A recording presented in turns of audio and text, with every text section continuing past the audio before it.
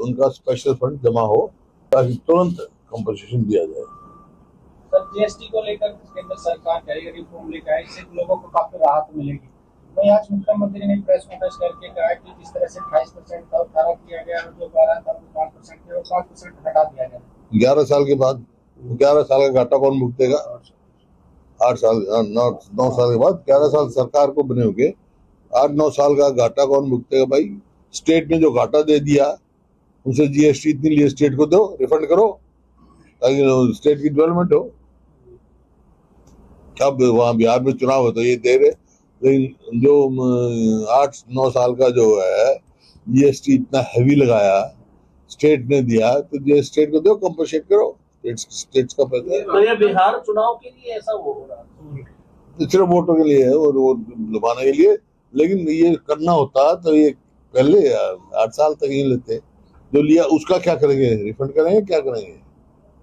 22 क्या लाख करेंगे? लेकिन तेल पर कोई राहत नहीं। फिर 22 लाख करोड़ के स्टेट्स का है ना पैसा, स्टेट्स को दें, लोगों को लूटा है।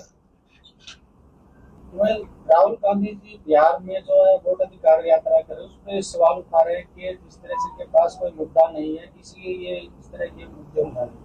उनके सवाल उठाने राहुल गांधी ने तो कर्नाटक में जाके साबित कर दिया एक कंस्टिट्यूशन में कितनी वोटों का वो हुआ। वो कह रहे कि चुनाव आयोग निष्पक्ष वो तो वही तो मैं कह रहा है। फिर यहाँ ये कहा, हरियाणा के चुनाव आयोग ने भी कहा कि राहुल गांधी एफिडेविट दे दे।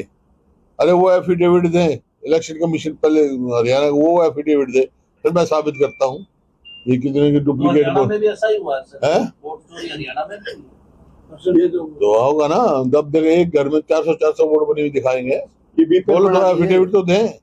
अब ये अगर इलेक्शन कमीशन एफिडेविट दे हमारी वोटर लिस्ट में कोई वो नहीं है तो मैं दूंगा तुम्हें। ये कह रहे हैं अभी कभी सुना तुमने इलेक्शन कमीशन क्या है?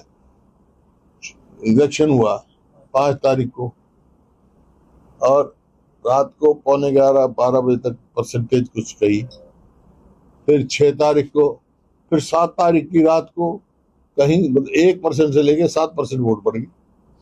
ये अलग अलग चरणों में जो चुनाव हो रहे हैं सर, ये तो होते नहीं है अलग अलग चरणों में जैसे चुनाव हो रहे हैं। कौन से? हरियाणा में एक दिन में हुए 5 तारीख को, अलग अलग चरण कहाँ हुए? हरियाणा में कहाँ हुए? मैं तो हरियाणा की बात कर रहा हूँ।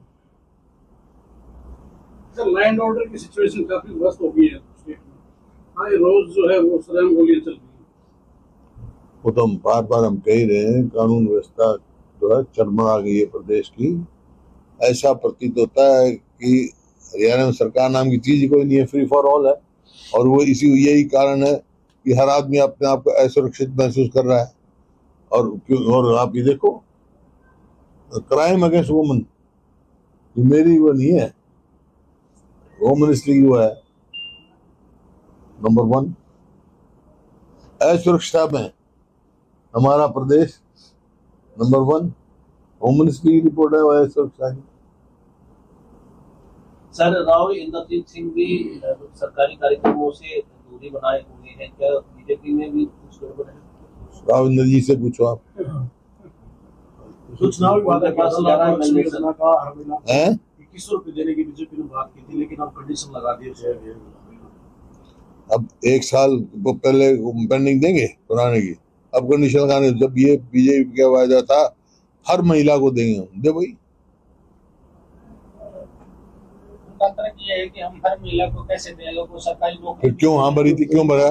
वो कैसे किया? फिर ये वोटर लिस्ट जब ये इलेक्शन हुआ, जब तो राशन कार्ड फटाफट बना दिए और अब 10 लाख काट दिए। क्या कारण है? तो बनाए क्यों थे? ये आप काटे क्यों है? वोट के लिए है और क्या? अरे वोट के टाइम से पहले बने और अब 10 लाख से ज्यादा काट दिए कोई बगैर वेरिफिकेशन। ये परिवार पहचान पत्र का बहाना लेकर एक आदमी जिसके घर कुछ भी नहीं है उसके किसी को गाड़ी दिखा रखी है, किसी के कुछ दिखा रखा है, परमानेंट परेशानी पत्र बना दिया है ये लोगों के लिए। तो इस तरह से चले सरकार चोरी हुई है, सरकार जो कांग्रेस की सरकार है वो सरकार जो आने वाली थी उसकी चोरी हुई है। इसलिए हरियाणा में सरकार और क्या मैंने बताया था तो अभी सुना है? आजकल इतना डिजिटल सिस्टम है कि पोलिंग वाले दिन 11:15 तक खुद परसेंटेज बताते हैं और 2 दिन तक बढ़ती रहे। कैसे हुई भाई? वहीं वोट चोरी को लेकर जो है अब सिंह चौटाला ये कहते हैं कि कांग्रेस ने इन लोगों की वोट चोरी की, अब बीजेपी वालों ने उनकी वोट चोरी करी तो क्या बड़ी बात है? कौन सी इन्होंने कैसे करी?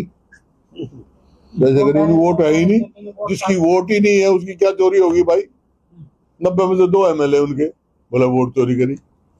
जिनकी वोट ही नहीं है लोगों ने देख लिया, वो तो देख लिया उनका।